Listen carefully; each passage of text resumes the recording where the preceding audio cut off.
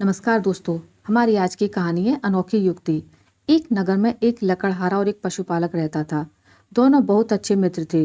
दोनों एक दूसरे पर जान देते थे। एक बार नगर में उत्सव हुआ। तब राजा की कन्या भी उस उत्सव को देखने आई। कन्या बहुत सुंदर थी। सभी की आंखें राजकुमारी पर ही आ टिकी थी।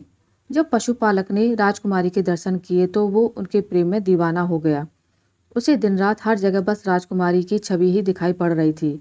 उसका किसी भी काम में मन नहीं लग रहा था। उसकी इस हालत को देख उसके मित्र लकड़हारे को चिंता होने लगी। उसने अपने मित्र पशुपालक से इस दशा का कारण पूछा। तब पशुपालक ने बताया कि उसे राजकुमारी से प्रेम हो गया है और वो उसके बिना जीवित नहीं रह सकता है। उसकी बात सुनकर लकड़हारा उसे एक सुझाव देता है। कहता है कि सुना है राजकुमारी शिव भक्त है, क्यों ना तुम इस माह की शिवरात्रि पर राजकुमारी से शिव का रूप धरकर मिलने जाओ। यह सुझाव पशुपालक को पसंद आ जाता है। वो अपने पशुओं में से सबसे सुंदर नंदी का चुनाव करता है, उसका पूरा श्रृंगार करता है और स्वयं भी शिव की भांति रूप धरकर शिवरात्रि की मध्य रात्रि को राजकुमारी को संदेश भिजवाता है कि आज रात्रि में शिव भगवान उन्हें दर्शन देंगे, इसलिए अपनी कक्ष की कुंडी खोलकर रखें।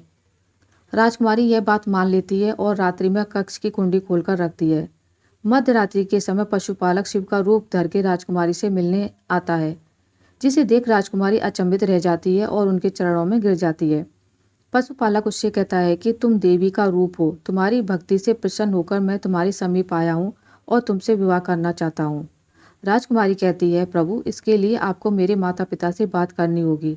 इस पर पशुपालक कहता है, कन्या, तुम देवी का रूप हो, इसलिए मैं केवल तुमसे बात कर सकता हूँ। तुम्हारे माता पिता साधारण मनुष्य हैं, इसलिए हमें छिपकर ही विवाह करना होगा। राजकुमारी मान जाती है और शिव रूपी पशुपालक से विवाह कर लेती है। अब पशुपालक रोजाना अर्धरात्रि में राजकुमारी के पास शिव के रूप में आने लगता है। रोज कोई राजकुमारी के कक्ष में आता है। उसका दासियों को संदेह हो जाता है। दासियां यह बात महारानी को बताती हैं। महारानी महाराज से बात करती है। दोनों राजकुमारी के पास आते हैं और सच पूछते हैं। इस पर राजकुमारी पूरा सच अपने माता पिता को बताती है। माता पिता बहुत प्रसन्न होते हैं कि उनकी कन्या को स्वयं भगवान शिव ने पसंद किया। वो राजकुमारी से अपने जमाई से मिलवाने को कहते हैं। तब राजकुमारी कहती है कि वे साधारण मनुष्य से नहीं मिलते, आप चाहें तो रात्रि में छिपकर उनके दर्शन कर सकते हैं। माता पिता यही करते हैं। रात्रि में पशुपालक को शिव समझकर बहुत खुश होते हैं। इसी खुशी के कारण राजा अपने साम्राज्य को बढ़ाने के लिए आसपास के राज्यों में आक्रमण करने लगते हैं। उन्हें लगता है कि जिस राज्य का जमाई भगवान शिव है, वो राज्य कैसे परास्त हो सकता है। देखते ही देखते छोटे छोटे युद्ध महासंग्राम में बदल जाते हैं और राज्य चारों तरफ से घिर जाता है। संकट के समय में महाराज अपनी पुत्री को कहते हैं कि वो भगवान शिव से कहे कि वो इस संकट से बाहर निकालें। राजकुमारी अपनी पति से आग्रह करती है। अब पशुपालक चिंतित हो जाता है। न डरकर भाग सकता है और न ही अकेले युद्ध कर सकता है। वो एक नया उपाय सोचता है और शिव जी का तांडव नृत्य सीखता है और अपने मित्र लकड़हारे की मदद से एक उड़ने वाला नंदी बनवाता है। जैसे ही रात्रि का समय होता है, वो सीमा पर जाकर आकाश में नंदी पर बैठकर सबके सामने आता है। उसे देख सब डर जाते हैं। फिर धरती पर उतरकर अपने क्रोध को तांडव के रूप में दिखाता है, जिससे सभी डर जाते हैं और वहां से भाग जाते हैं। इस प्रकार पशुपालक अपने राज्य को संकट से बचाता है, लेकिन उसे अपनी भूल का एहसास होता है, इसलिए वो राज्यसभा में जाकर अपनी गलती स्वीकार करता है। सभी दरबारी भौचक्के से रह जाते हैं।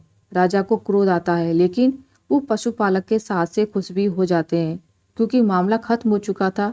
अगर पशुपालक चाहता तो अपना नाटक जारी रख सकता था, लेकिन उसे अपनी गलती का एहसास हुआ और उसने बिना परिणाम की सोचे सभी के सामने सच कबूल किया। राजा को भी अपनी गलती का एहसास होता है कि उसने बिना सोचे समझे राज्यों पर हमला कर दिया।